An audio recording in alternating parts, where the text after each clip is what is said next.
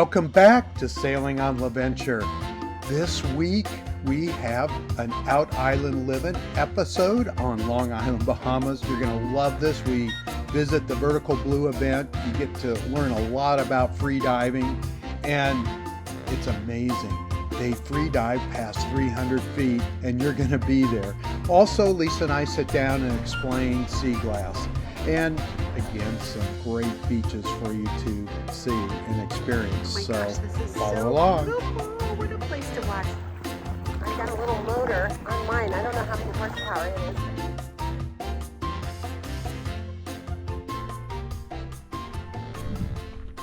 is. We're at Dean's Blue Hole here in Long Island, Bahamas for the Vertical Blue competition, and you can just see all the cars that are here.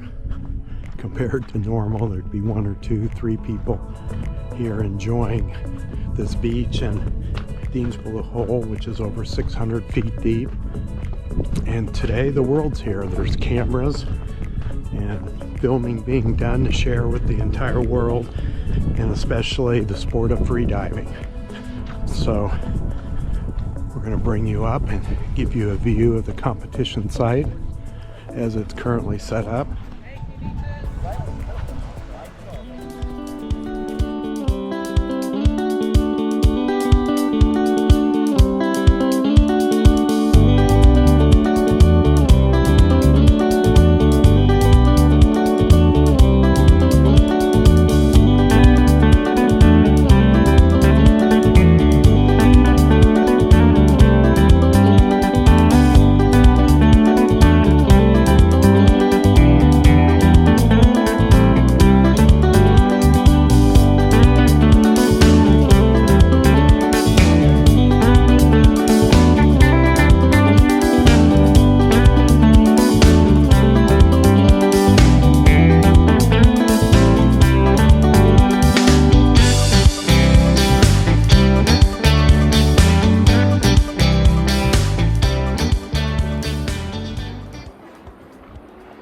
Oh my gosh, this is so beautiful. What a place to watch the free diving championship. I know many of you are asking, how is it possible to free dive to 300 feet plus?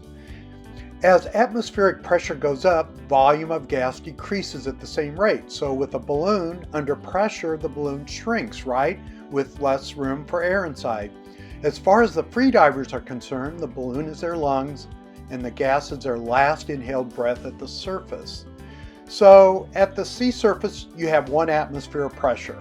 As you go down 10 meters, 20 meters, 30 meters, at 30 meters, you end up with 4 atmospheres of pressure. Your lungs are 1/4 of their normal volume, and so on. Many divers go to 90, 100 meters down.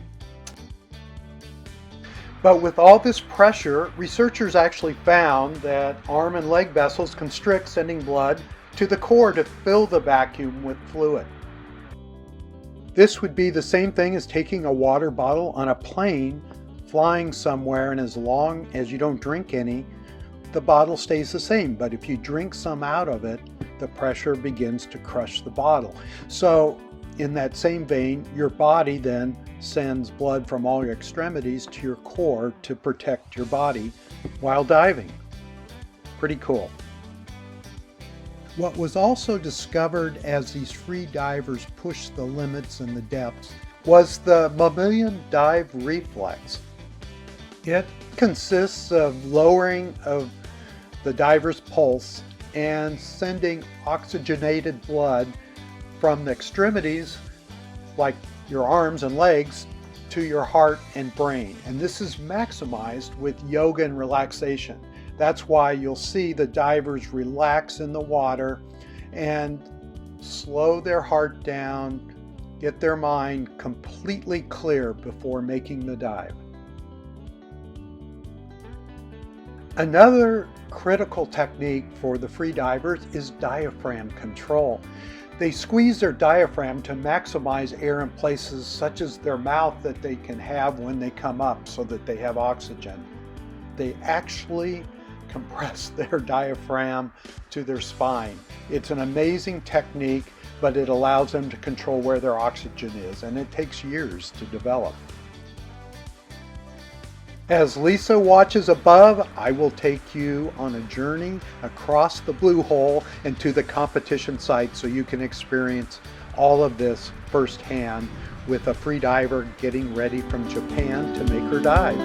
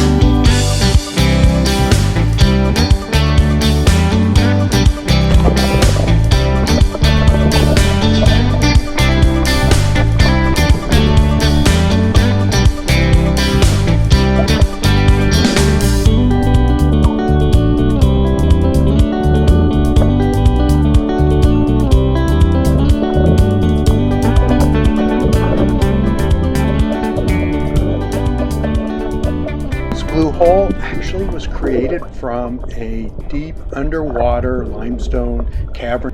The top caved in and salt water flooded, and now you dive actually through a hole that opens up into a huge dome that then goes down over 600 feet.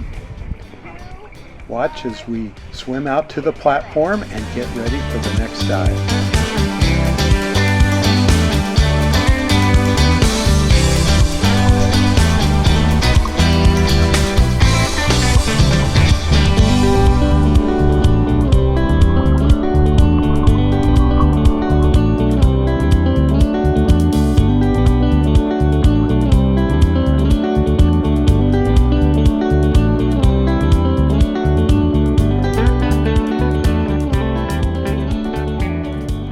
The countdown has begun for the next diver.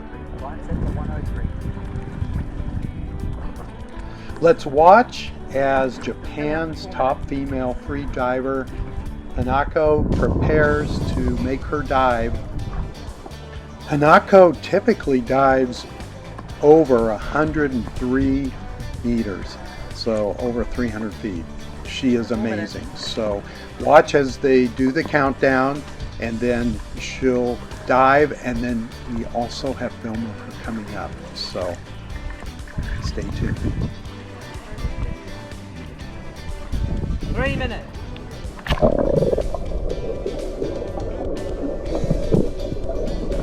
Safety divers are there nearby.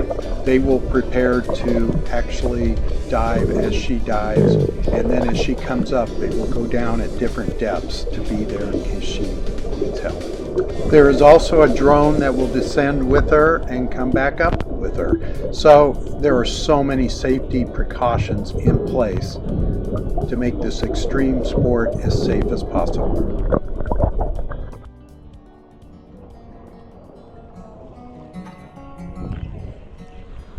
This is the judges' tent, so the judges are here to oversee the event. There's also a judge that will be in the water monitoring 1 minute 30 seconds.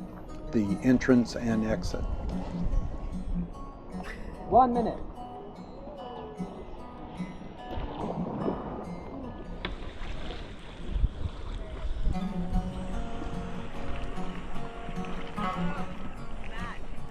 "30 seconds.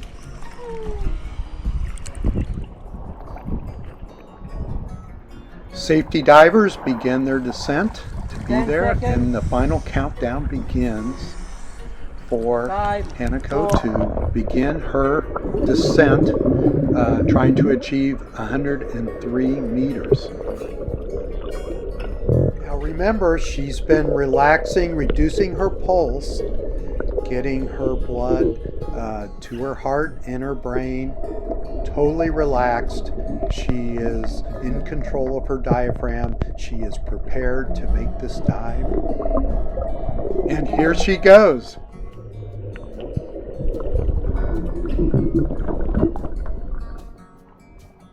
30 meters.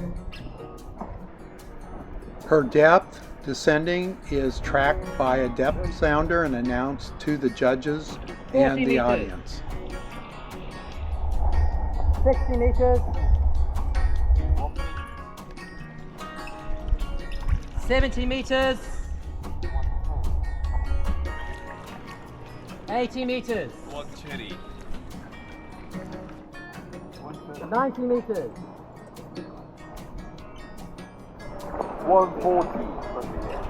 100 meters and touchdown.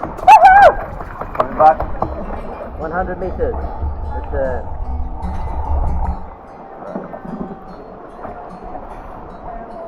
90 meters. Anako has reached her depth of 100 meters and is on her way up. She is ascending. 80 We'll watch meters. the safety divers dive down here in a few minutes or a few seconds to make sure that she's okay on her way up. 70 meters.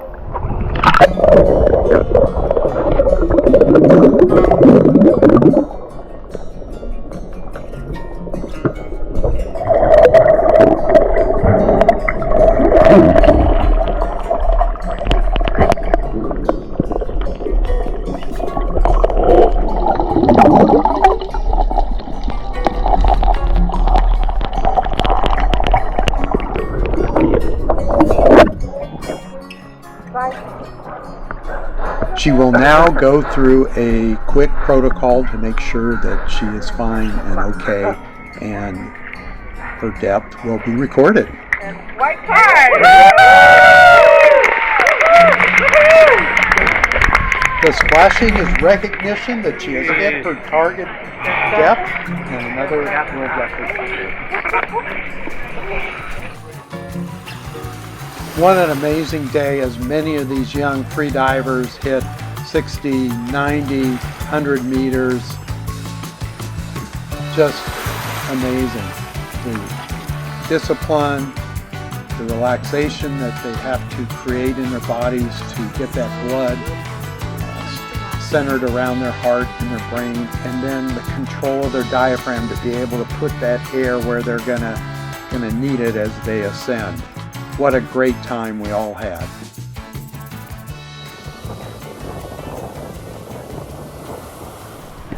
Well, if you followed us on Out Island Living episodes, you know that we love to explore beaches and look for any treasure that we can find, which could be sea glass, shells, sea beans, markers, buoys, all kinds of different things. So Lisa and I have just returned from the beach and we found some more sea glass, and we thought we'd take this opportunity to kind of share some of the facts about sea glass and show you some of the things that we found and explain a little history, right, Lisa? You know, I know we've already told you this, but we actually love being on an out island because we have more time to just do things we would never do when we're just busy running around. That's true. Yeah, so we love to collect, and the things that we usually collect are sea glass. That's one of our big things because it's so pretty. When you happen on sea glass, it looks like these brilliant colors in the sand, and usually we see them where there's an area of gravel or stones, and that's because they've been, what happens to sea glass? Well, as the waves wash them up, they get tangled in with some of the stones and pebbles. Some of them make it to the beach, but a lot of them are caught kind of in that transition zone from the beach to the seabed. And so sometimes you got to get in the water with a mask and snorkel, and you find the most sea glass. And they say it can take 20 to 40 years to form sea glass, and sometimes even as much as 100 to 200 years. So we thought we'd go over a few of the colors that we find and maybe talk about how often you see them. Like here is the typical sea glass that we find. Actually, some of these are nice, but you can kind of see frosted colors. The white is a really prominent color because those were soda bottles and medicinal bottles. The green is what kind of wine bottles. Could be wine bottles, could be Heineken beer. Yep. The brown could be Lysol, old Lysol bottles, Clorox bottles. Even medicine. Yeah, the blue is pretty rare, and we don't find blue very often. That usually is from, when you think of Noxzema, poison bottles. Poison bottles, too, of old were blue. Yeah. And so, anyway, so that's what we kind of find. That's more of the common that we find. So here's some big pieces, and we've got some really nice big pieces, and the big pieces are, like, we've got green, and the green means that it had cobalt in it. Like if you had a lighter green, it would have some chromium. Hold those up, actually, so they can it was chromium, so you can see the chromium. It would be chromium, and if they wanted a darker color, they'd have more chromium in it. The lemon lime glass, actually, that was like soda, the Mountain Dew, Sprite, all those. Right. These are aquamarine, and sometimes these are even white colored pieces of white glass that have turned from the UV light. Here's white and gray. There's brown, but you can always tell sea glass because the edges are smooth. They're not sharp, they're rounded, and it's more of a frosty appearance. And we've also had an opportunity to find some really antique glass. And the Bahamas and the Caribbean is a great place to search for sea glass. There's so much history here because all the European nations traded within the Caribbean islands for hundreds of years. The Dutch, the English, German, Portugal, Spain, of course. So all these countries, and France, all these countries traded here and inter-island traded, and glass was important. I mean, that was their medicine, their gin, their wine, and a lot of liquids were transported from Europe, especially from London, who manufactured a lot of the glass bottles. So those came on the ship, and we learned had to be very thick glass, because when you were on those ocean-going sailing ships, sometimes they went through rough weather, and if it was thin glass, it would be broken very easily. So a lot of the older European glass, especially from England, is very, very thick, very dark, a lot of iron. In fact, some of the ships, the sailors would see some of their glasses with rum and grog even rust on the bottoms because there was so much iron in the glass. And that was another reason for glass on the ships was grog, which was rum watered down, kind of to keep the sailors sane. Hydrated. And hydrated. Yeah. So what's really interesting about this is this looks like a horrible piece of glass, maybe a horrible example. This doesn't look so great either because they're really thick, but if you look at them, you can't even see through this one because it's so dark. So they put not just the silica and the sulfur made it like an amber color, and the more sulfur you put in it, it got darker. But this also had iron slag in it, which made them more durable, but it also made them more opaque. So if you look at these little pieces here, these pieces really look like pebbles.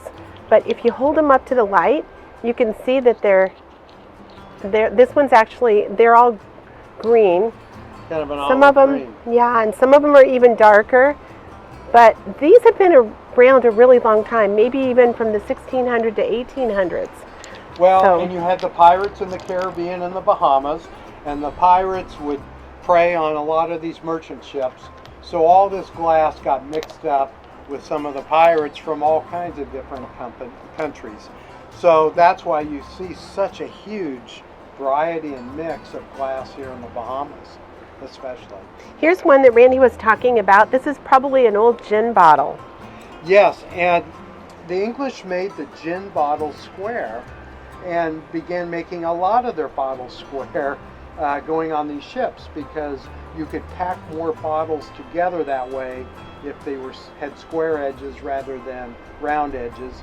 Also, they were able to take the waves at sea and be much more durable and unbreakable, again, if they were squares rather than circles. So the square glass is really common in the antique glass here in the Bahamas that we find.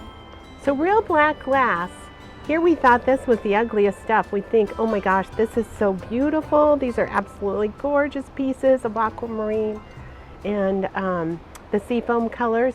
But this is actually 1 in 2,000 pieces. And actually this is not very common. This is maybe the 4th most common, with white being the most common. Then we see a lot of green, a lot of brown, but then there's turquoise, rarely any blue, and the most rare color of sea glass is orange. And that's because it, if you ever find an orange piece, that's a pretty great find. And because orange, some of the orange glass had gold in it, and a lot of them were old Schlitz bottles. But so anyway,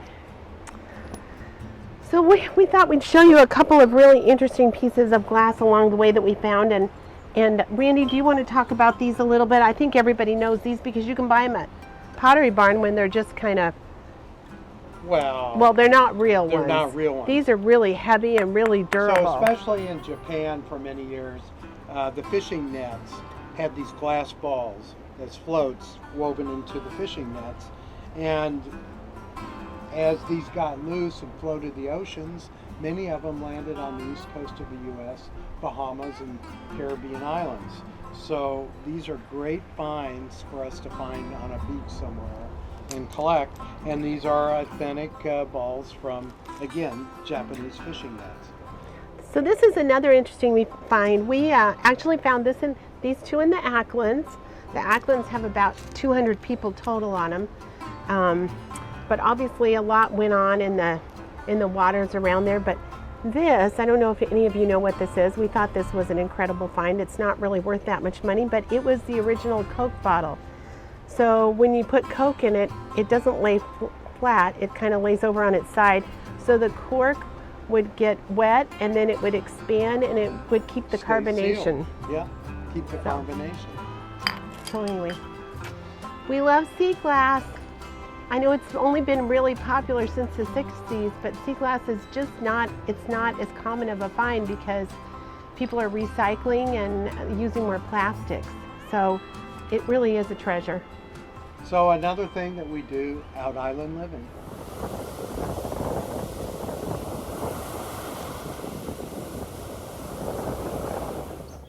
Hi, welcome to Out Island Living. We've been this trip hitting a lot of our favorite beaches. This one's the toughest one to get to. It's Watermelon Beach, and we can't go all the way there with the Jeep, so we parked it alongside the road here, and then we're gonna walk through the road that goes through pretty thick brush all the way there. So this is kind of what we do. In the morning we like to go for our walks, but this morning we tried to have another adventure, as you might say. So it's, like Randy said, this road is pretty overgrown. We can't get through it with our car, which might mean that there's more sea glass. So we're on our way.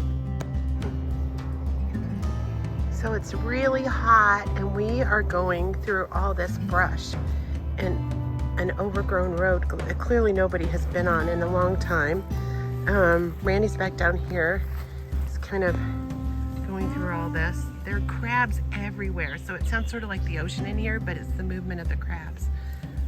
Okay, this has been a really long road, and it keeps getting wider, which is what it is now, and then it narrows and it's got complete overgrowth.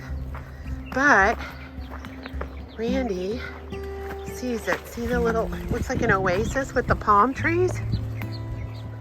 And there's a couple houses up on the bluff there. Look at how gorgeous Long Island is. Look at these rolling hills of shrubs and pretty dense thickets. Like scrubby stuff. Well, this is pretty weird. Somebody's got their water shoes over here. And they've got kind of a makeshift lounge chair. And I really don't know what this is, but it looks like somebody has claimed this spot. So we're just gonna keep walking. And oh my gosh, there's that beautiful ocean and a beautiful palm tree.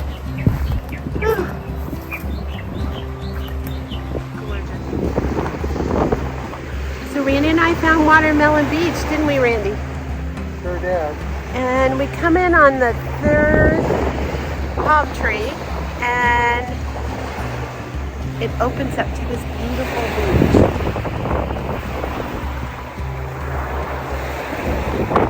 So the tide's coming in, but we actually did get a pretty good haul of sea glass, and that's what we came for. So it was a successful morning hike.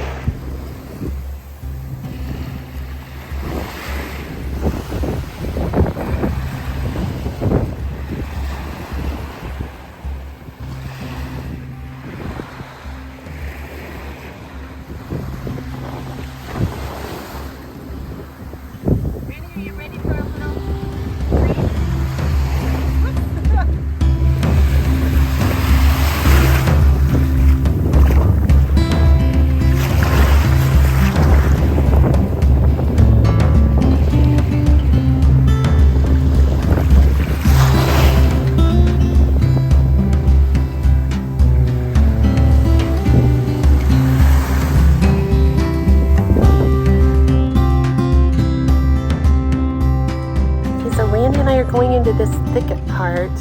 It's dark and there's lots of crabs in there, so I'm going to try and take some pictures of it so you can see. But it's so gorgeous. Everywhere we go, it's just like more beauty.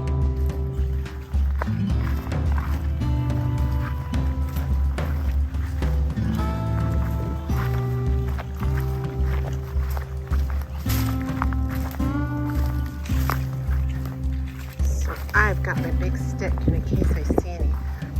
All the dragonflies.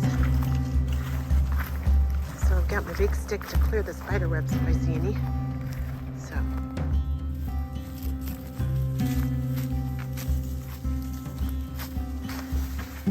this is why we can't bring the car in here. Really good for an ATV, but not a car.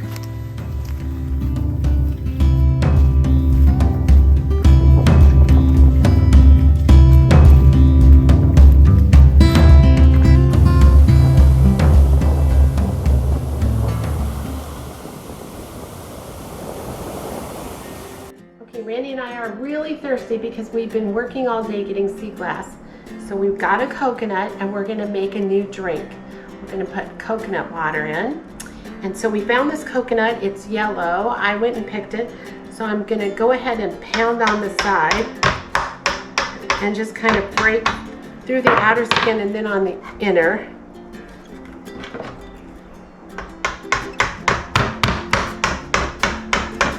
Okay. Bit here. Then we're going to see if we can get some water out of here. Oh, here it comes.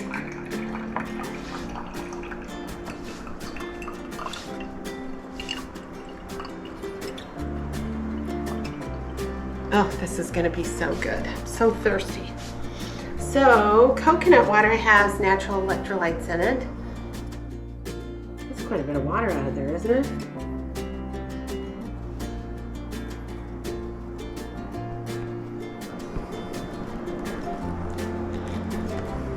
We're going to cut up this mango. This actually was a really expensive mango. We spent $60 to get to the grocery store for it. But we got more. We ended up getting bananas and other things too. So we're going to take this mango and we'll go ahead and slice it. And then after this, we're going to take a banana. Oh, this is a really good mango.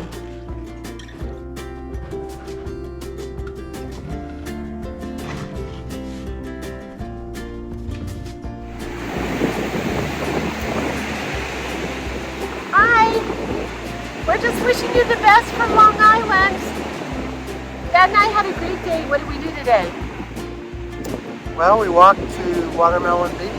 A couple mile walk, a couple miles back, but we found lots of sea glass.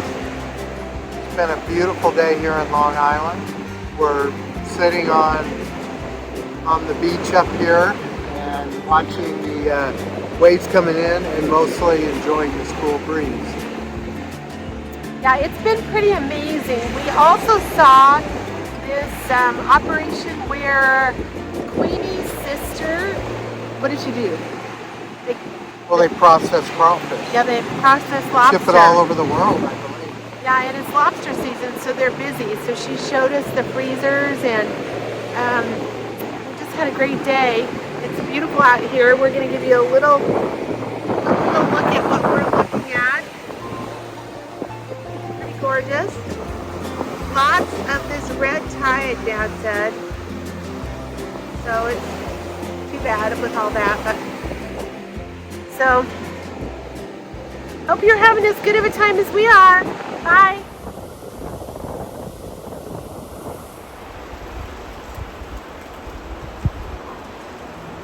What a great place to live on top of our garage door. Oh. Okay, Manny and Barb. Oh, that looks so easy.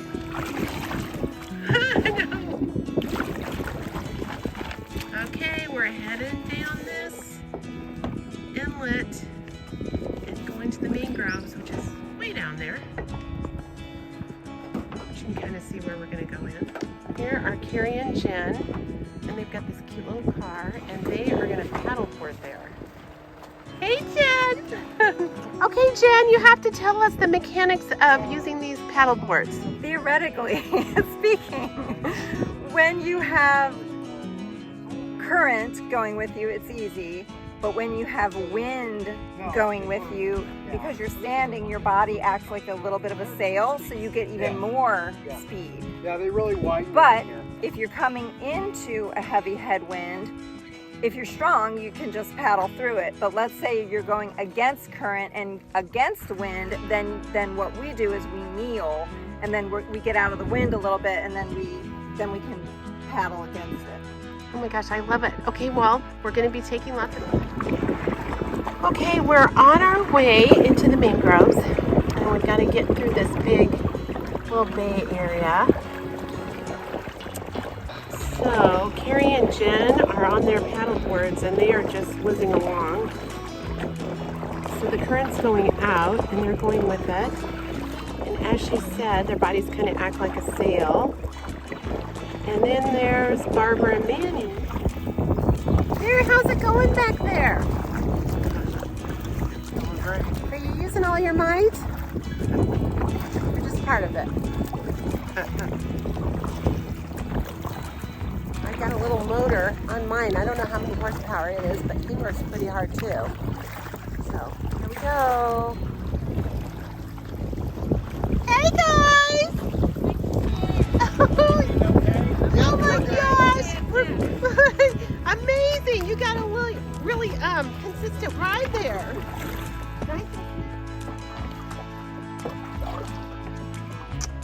So, look at these mangroves. They are so pretty. Bonefish Grill has a nice semblance of something in their restaurant, but these are gorgeous. You can see where the tide goes up and then it goes down. We're definitely at low tide. Look at all these little minnows going through here.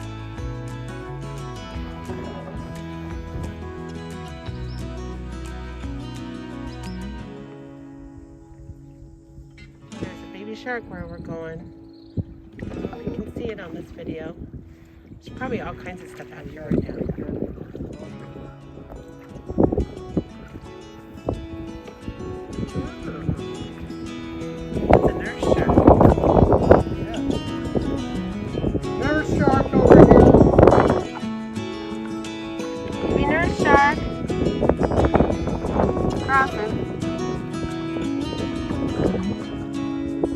Whoever thought we'd be excited about this, sure.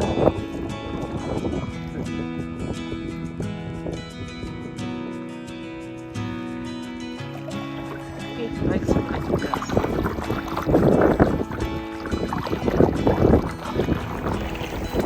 It's a gorgeous day for kayaking. We've got a nice current pulling us out to the ocean. Yeah, the wind and current blowing us right where we need to go. That's amazing. Yeah. You kind of see the rolling waves pushing us. And it's a really nice, easy ride. great, isn't it, Randy? Hardly have to do anything. Yeah, it's been a great ride. Smooth ride. So I walked clear out here on these banks. We're definitely at low tide.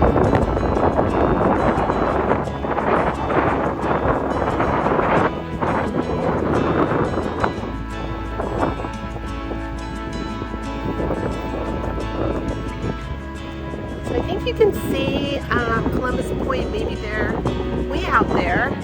Oh, and it's so pretty out here.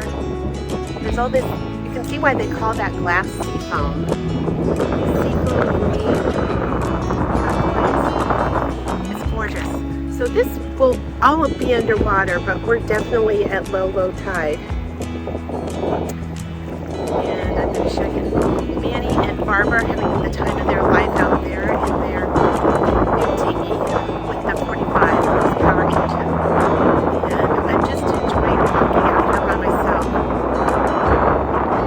It's nothing like the solitude of being out here in the middle of a bay at low tide. Okay, so I'm not exactly sure what's out here.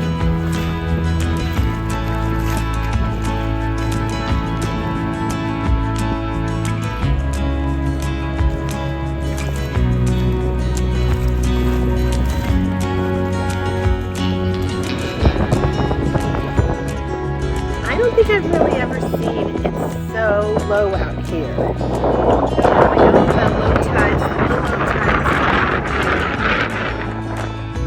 and I'm not sure exactly where the wind's position is right now, but oh my goodness, look at this. All around me pretty much is sand. Gorgeous colors. So finally, all this walking, searching for something.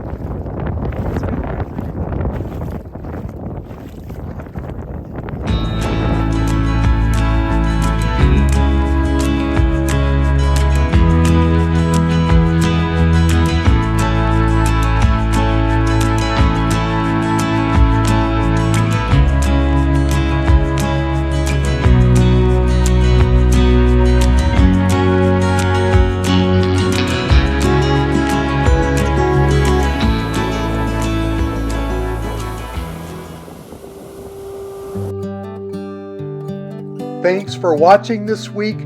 We had a great time on Long Island, especially hanging out with our friends and neighbors. Vertical Blue was amazing. I hope you learned something. Be sure to put any comments, questions on free diving below, and we'll be glad to answer them. We learned so much. What an amazing crew at Vertical Blue. Don't forget to subscribe. We've got lots of Out Island Livin' episodes coming, and also Sailing on LaVenture. We have our fall trip coming as well. Have a great week, everyone. The sun on my skin.